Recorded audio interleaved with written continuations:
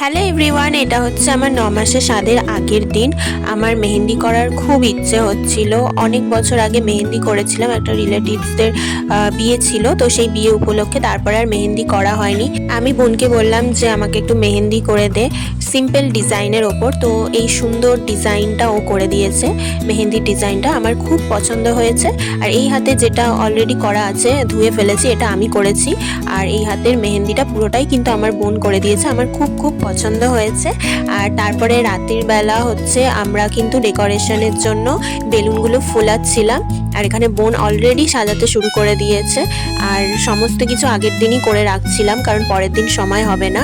আর কেমন সাজাবে, বেলুনের রং কি হবে, তো সব কিছুই কিন্তু বোনের প্ল্যান করা ছিল আগে থেকে, ওই সমস্ত কিছু করেছে।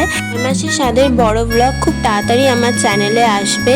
আর আমার ব্লগগুলো ভালো লাগলে লাইক, কমেন্ট, শেয়ার অবশ্যই করবেন।